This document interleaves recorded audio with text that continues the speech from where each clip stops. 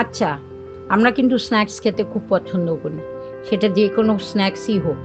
তার মধ্যে যদি একটু মানে লোভনীয় স্ন্যাক্স হয় সেটা কিন্তু আরো বেশি পছন্দের। যাই হোক, লোভনীয় কিনা জানি না আমি যেটা বানিয়েছি। আমার কাছে তো অবশ্যই লোভনীয়, যেহেতু আমি মেহনত করে বানাচ্ছি। আমি ঘরে যখন আলু আছে, বেসন আছে, চালের গুঁড়ো আছে, স্ন্যাক্স করতে অসুবিধা কোথায়? তাই আমি আলু পরিমাণ মতো যতটুকু লাগবে সেই মাপ অনুযায়ী গ্রেট করে নিয়েছি। তারপর আলুর মধ্যে চালের গুঁড়ো নিয়ে নিয়েছি, বেসন নিয়ে নিয়েছি, সুজি নিয়ে নিয়েছি।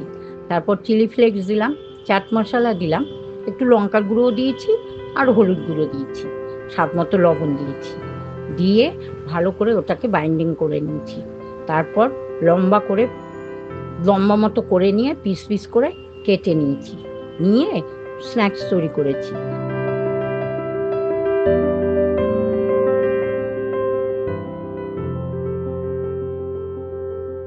গরম তেলে ছেড়ে দিলাম, সুন্দর তৈরি হলো। খেতেও কিন্তু খুব স্বাদের হয়েছে। স্ন্যাক্স সবাই পছন্দ করে।